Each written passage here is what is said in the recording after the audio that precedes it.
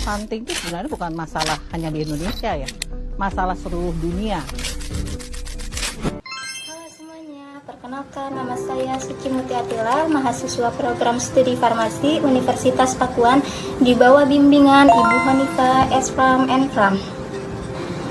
Pada video edukasi kali ini, saya akan membahas topik yang sangat penting dan masih menjadi masalah besar di Indonesia, yaitu pencegahan stunting di masyarakat.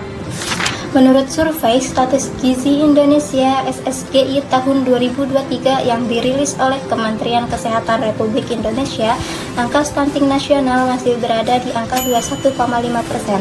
Artinya, 1 dari 5 anak di Indonesia mengalami gangguan pertumbuhan akibat kekurangan gizi kronik. Target pemerintahan melalui program Indonesia Bebas Stunting 2025 adalah menurunkan angka stunting di bawah 14%. Masalah ini bukan hanya soal tinggi badan anak, tetapi juga menyangkut masa depan bangsa karena stunting mempengaruhi kecerdasan, daya saing, dan kesehatan generasi mendatang.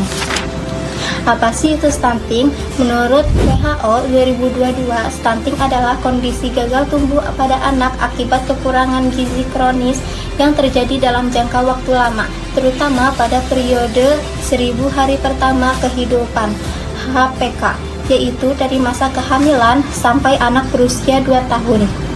Penyebab utama stunting berdasarkan Kementerian Kesehatan 2023 dan UNICEF Indonesia 2022. Penyebab stunting bersifat multifaktorial, artinya berasal dari berbagai faktor yang saling berkaitan. Yang pertama yaitu asupan gizi ibu hamil yang tidak cukup. Ibu hamil yang kekurangan zat besi, protein, dan asam folat beresiko melahirkan bayi berat badan lebih rendah. Yang kedua, yaitu pemberian ASI yang tidak eksklusif. Banyak ibu yang berhenti memberikan ASI sebelum bayi berusia 6 bulan karena kurangnya edukasi dan dukungan. Dan yang ketiga adalah pengenalan MPASI yang tidak tepat. Makanan pendamping yang terlalu cepat akan tidak bergizi bisa membuat anak kekurangan nutrisi penting. Dan yang keempat, kebersihan lingkungan dan sanitasi buruk.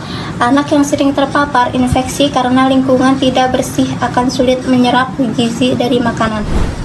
Yang kelima yaitu kekurangan edukasi dan kesadaran masyarakat tentang gizi seimbang.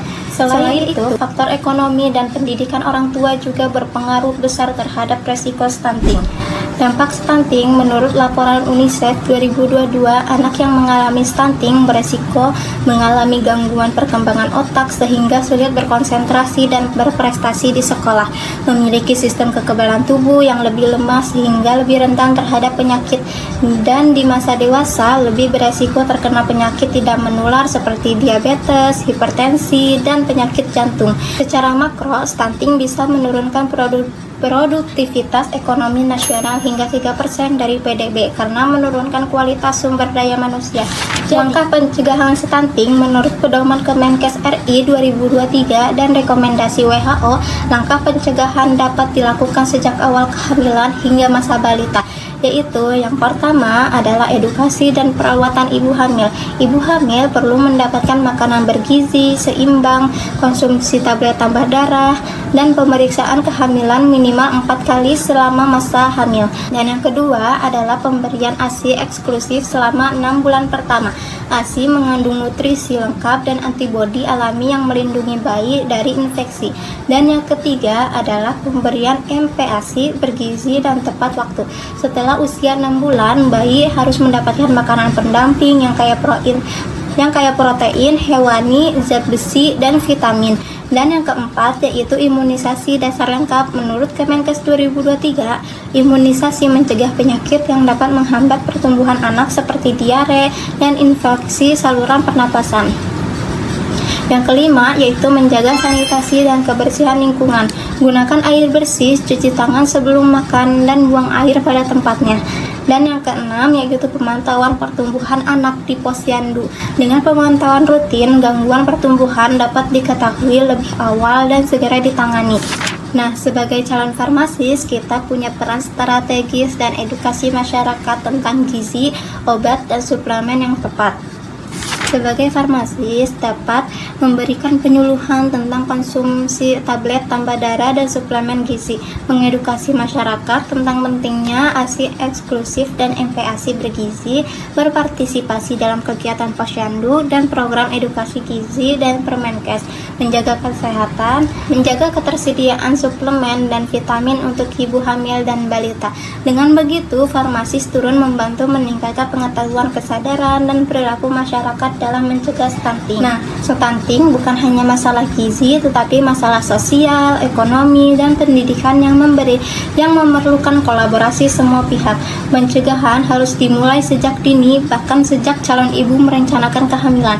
Maka kita dukung bersama program Gerakan Cegah Stunting dari Kementerian Kesehatan agar tercipta generasi Indonesia yang sehat, cerdas, dan produktif.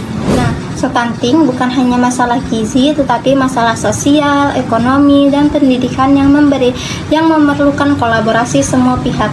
Pencegahan harus dimulai sejak dini, bahkan sejak calon ibu merencanakan kehamilan.